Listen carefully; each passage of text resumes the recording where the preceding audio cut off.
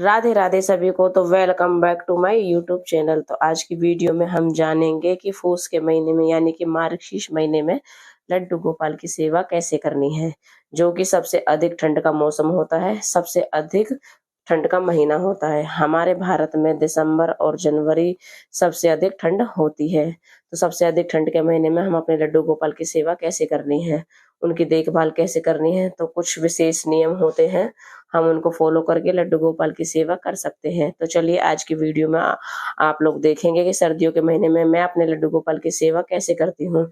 सबसे पहले मैं अपने लड्डू गोपाल के लिए स्नान कराने के लिए गर्म जल कर लूंगी, ज्यादा ही गर्म जल कर लूंगी, क्योंकि पहले मैं लड्डू गोपाल को जलाऊंगी, फिर पूजा के बर्तन साफ करूंगी, उसी के बीच में जो जल ठंडा ना हो जाए, क्योंकि सर्दियां अधिक हैं।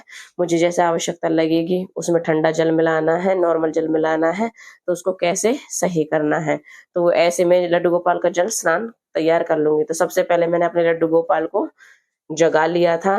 आप जगाने के बाद लड्डू गोपाल को या तो गुनगुने जल का भोग लगा सकते हो या फिर आप दूध का भोग लगा सकते हो, और दूध में आप या तो गुड़ का टुकड़ा डाल सकते हो या अलग से गुड़ रख सकते हो। तो आप उनको भोग लगाएं। जब हम लड्डू गोपाल को हम जगाएंगे तो उनके आसपास थोड़ा सा कंबल लपेट देंगे ताकि उनको ठंड ना लगे, क्योंकि हम भी एकदम से एकदम से बिस्तर से बाहर आते हैं तो हमें भी ठंड लगते हैं। तो हम भी यही नियम फॉलो करेंगे जो कि हम खुद अपने ऊपर करते हैं। तो यहाँ पे पूजा के बर्तन वगैरह साफ करके हमारा जो जल है, लड्डू गोपाल का जो जल है और जो दूध है भोग लगाने वाला, वो भी हम ले आएंगे। चलिए लड्डू गोपाल को स्नान कराते हैं। लड्डू गोपाल को खाली बर्तन में कभी भी नहीं बिठाना हो, या तो आप एक तुलसी दल रख सकते हैं या लड्डू गोपाल के लिए चंदन से किसी भी बर्तन में, जिस भी बर्तन में आप स्नान करा रहे हैं उसमें स्वास्तिक बना लीजिए या ओम बना लीजिए या अष्टदल कमल बना सकते हो या यंत्र बना सकते हो, कोई भी। सबसे पहले लड्डू गोपाल के चरणों पर जल डालकर हल्के गुनगुने जल से स्नान कराएंगे। फिर उन्हें स्नान कराने के बाद किसी भी पौधे में डाल सकते हो, बस ये आप याद रखें बेलपत्र या समी के पौधे में उसको नहीं डालना है, बाकी आप किसी भी गमले में डाल सकते हैं। उसके बाद हम लड्डू गोपाल का अंग पोषण करेंगे। आप एक सॉफ्ट सा कपड़ा ले लीजिए, उस लड्डू गोपाल को स्नान कराने के बाद पोंछने के लिए। फिर अपने स्नान कराने के बाद मैं अपने लड्डू गोपाल को वस्त्र पहनाऊंगी गरम। यहाँ पे मैंने अपने लड्डू गोपाल के लिए बहुत ही सुंदर सुंदर वस्त्र बना रखे हैं हाथ से ऊन के। आप उन्हें मोटे मोटे और ऊन के कपड़े जरूर पहनाएं। अगर आपके पास नहीं है तो आप रुमाल के भी बना सकते हो, वूलन के कपड़े आप खरीद सकते हो, ऊन के कपड़े भी बहुत आते हैं वो भी खरीद सकते हो। अगर आप हाथ से बना सकते हो तो मेरे चैनल पर वीडियो पड़ी हुई है, आप देख सकते हो कि वो कैसे बनेंगे। मतलब लड्डू गोपाल को इस तरीके से आपको ढक लेना है कि कहीं से हवा पास ना हो, हाथों पर, पैरों पर, कानों पर, मतलब जो टोपा वगैरह है वो भी अच्छे से आपको उनको ढक देना है ताकि उनको सर्दी ना लग पाए। और खिड़कियां वगैरह आप बंद कीजिए ताकि थोड़ी बहुत भी हवा ना चलती हो और कान्हा जी को ठंड ना लग जाए। और चोली वगैरह भी आप उन्हें गर्म पहनाएं, बिल्कुल आप इनर भी अंदर पहना सकते हो, ऊपर से फिर ऊन के पहना सकते हो। तो इस तरीके से आप ध्यान, फिर आप थोड़ी सी उनके आगे आग जला लीजिए। अगर आपके पास अंगीठी नहीं है तो, अगर आपके पास अंगीठी नहीं बना पा रहे हो तो जिसमें हम धूमनी देते हैं या फिर बड़ा सा दीवा ले सकते हो, उसमें कोयला रखकर या लकड़ियां रखकर थोड़ी सी आग जला सकते हैं ताकि उन्हें वो थोड़े से सिक जाए।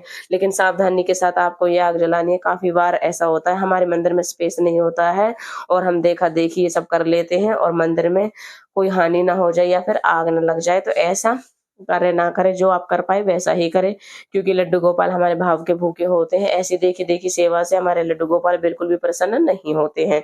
जो भी आप अपने लड्डू गोपाल को सेवा दें वो दिल से दें। साथ ही आप चाहें तो लड्डू गोपाल को धूप में बिठाकर स्नान करा सकते हो, लेकिन इतना समय किसी के पास नहीं होता है, क्योंकि लड्डू लड्डू गोपाल को हम धूप में लेकर जाए जब तक तो धूप आएगी, जब तक तो काफी टाइम हो जाता है, 12-1 बजे का टाइम हो जाता है। तो आप घर में ही कमरे के अंदर ही उनका स्नान और जल से करा सकते हो, गर्म जल से। साथ ही हम लड्डू गोपाल को, जैसे सर्दियां हैं तो गर्म ही चीजों का भोग लगाएंगे, जैसे कि तिल के लड्डू है, मूंगफली है, गुड़ है, गुनगुना दूध है और बाजरे की खिचड़ी, पालक, बथुए के पराठे, मतलब जो भी भोग लगाए आप उन्हें गरम गरम भोग लगाएं। और जैसे कि अब मैंने आपको बताया है, जैसे कि दही से और गोपी चंदन से साफ ना करें, गुलाब की पंखुड़ियों से उन्हें साफ करें, या फिर आप शहद से साफ कर सकते हो, जैसे काले पड़ जाते हैं उससे भी एकदम से चमक जाएंगे। जो गोपी चंदन होता है वो ठंडा होता है और दही भी बहुत ज्यादा ठंडी होती है, उससे स्नान बिल्कुल भी ना कराए, मैंने आपको पहले भी बता रखा है। गुलाब की पंखुड़ियां हैं, वो जो शहद है वो गर्म होते हैं तो उससे ठंड नहीं लगेगी। साथ ही लड्डू गोपाल को हम सुलाने से पहले, मतलब शयन करवाने से पहले, गुलाब के इत्र से पैरों की मालिश कर सकते हैं। अगर गुलाब का इत्र नहीं है तो आप केसर का ले सकते हो इत्र। केसर का इत्र बहुत गर्म होता है, सर्दियों में केसर का इत्र यूज किया जाता है। गुलाब का इत्र ऐसा है कि वो 12 मास यूज किया जा सकता है, सर्दियों में सर्दियों वाला, गर्मियों में गर्मियों वाला। तो केसर का जो इत्र है वो तासीर गर्म होती है, केसर का ज्यादा बेस्ट रहता है। तो इस प्रकार से हम लड्डू गोपाल की सेवा करेंगे और हमारे मन को बहुत प्रसन्नता और आनंद प्राप्त होगा कि हमारे लड्डू गोपाल सर्दी नहीं लगेगी। अगर आपके लड्डू गोपाल अधिक ठंडे हो जाते हैं तो आप उनकी गाय के घी से या बादाम के तेल से अच्छे से उनकी मालिश कीजिए, या केसर के इत्र से, गुलाब के इत्र से मालिश करें अच्छे से, वो भी धूप में ले जाकर। जो भी फ्रूट आते हैं सर्दियों में अधिक ठंडे ही आते हैं, तो ऐसी कोई दिक्कत नहीं है, आप उन चीजों का आप भोग लगा सकते हो। सीजन वाइज चीज उन्हें जरूर लगाएं।